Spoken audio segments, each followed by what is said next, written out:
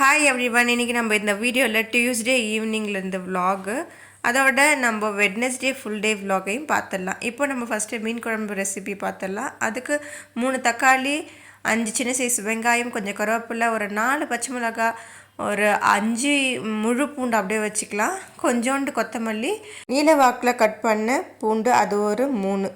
அதோட நம்ம கொஞ்சம் புளி அதையும் ஊற வச்சுக்கலாம். இப்போது நம்ம ஒரு 3 கத்திரிக்காய் எடுத்தோம், அதையுமே நம்ம கட் பண்ணி தண்ணியில் போட்டு வச்சுக்கலாம்.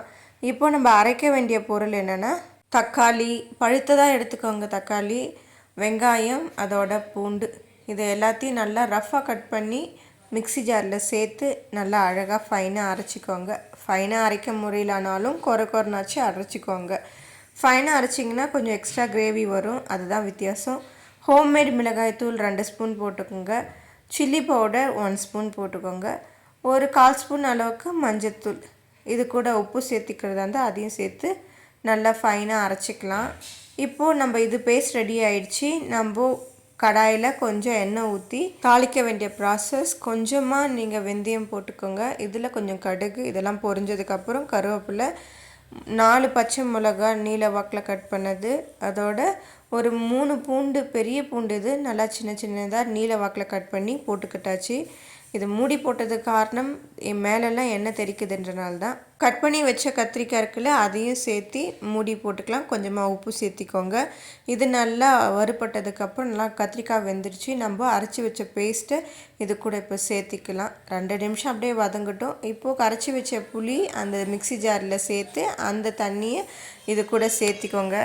இந்த மாதிரி அரைச்சி போடும்போது சூப்பராக இருக்கும், டேஸ்ட் நல்லா என்ஹான்ஸ் பண்ணி கொடுக்கும்.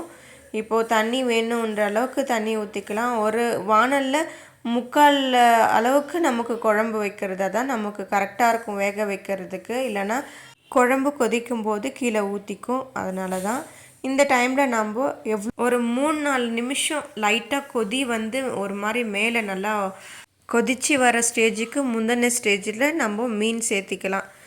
உங்களுக்கு தேவையான அளவுக்கு மீன் சேர்த்திக்கோங்க. நாங்கள் ஒரு 7 மீன் அளவுக்கு இதில் போட்டோம். ரொம்பவும் ஃப்ரெஷ்ஷான மீன், எதில் மசாலாலாம் போடாமல் இந்த மாதிரி ஃப்ரெஷ்ஷாக போட்டு செய்யும்போது டேஸ்ட்டு நல்லா சூப்பராக இருக்கும். இந்த மாதிரி ட்ரை பண்ணி பாருங்கள். இதை போட்டுட்டு நான் நல்லா கொதிக்க வச்சுட்டேன். எக்ஸ்ட்ரா ஒரு 5 நிமிஷம் கொதிக்க வச்சிடணும் மூடி போட்டு.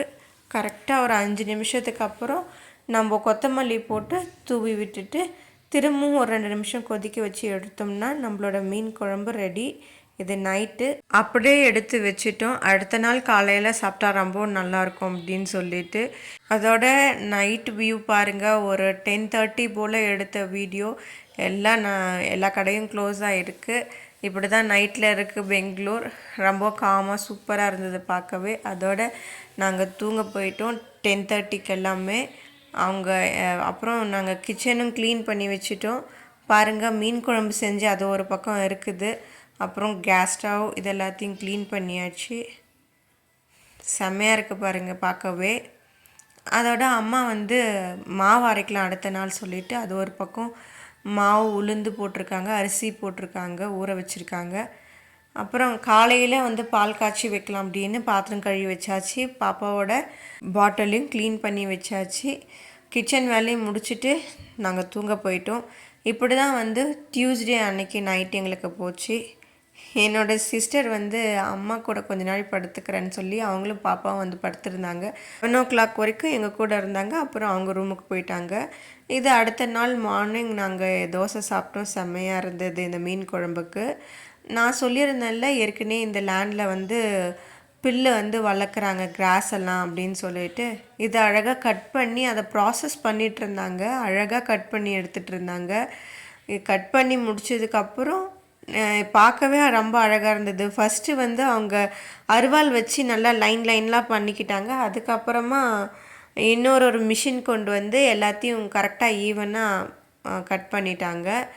அதுக்கப்புறம் எல்லாத்தையும் அடுக்கி வச்சுட்டு பார்த்திங்கன்னா பேர்ட் சூப்பராக பறக்குதில்ல.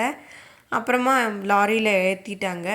இந்த மீன்வைல் டைமில் பார்த்திங்கன்னா ஷீப்பு வந்து இந்த இடத்துல பில் சாப்பிட்டுட்டு இருந்தது. அந்த ஷீப்புக்கு மேலே இருந்த ஹேரெல்லாம் இருக்குது பாருங்கள், அப்பா அவ்வளோ அடர்த்தியாக இருந்தது. இதே போல் தான் தினமும் இந்த இடத்துல தண்ணியை வந்து ஊற்றி விடுறாங்க. இது ஒரு வேலையாக பண்ணுறாங்க. மார்னிங்லேருந்து ஒரு 3 o'clock வரைக்கும் இந்த ப்ராசஸ் நடந்துட்டு இருக்குது. இதே வேலையை தான் பண்ணிகிட்ருக்காங்க. இவ்வளோ தூரமும் அவ்வளோ பெரிய கிரவுண்ட், அந்தளவுக்கு தண்ணி அவங்க ஊற்றிட்டுருக்காங்க. இந்த ஆடுகள் இருக்கும்போதே எப்பயுமே 3 கொக்குகள் வந்துடுது. இங்கே தான் இருக்குது. இவங்க இந்த இடத்துலேருந்து இன்னொரு இடத்துக்கு போனாலும் அந்த கொக்கு அவங்களோடவே, அந்த கோட்டுங்களோடவே ஷீப்போடவே போகுது. பார்க்கவே ரொம்ப அழகாக இருக்குது. அதை மேய்க்கிறதுக்கு ஒரு மேய்ப்பாளர் அவரும் இருக்கார் பாருங்க. சூப்பராக இருந்தது. இந்த இடத்த பார்க்கும்போதே அழகாக எடுத்து வச்சிட்டு இருந்தாங்க.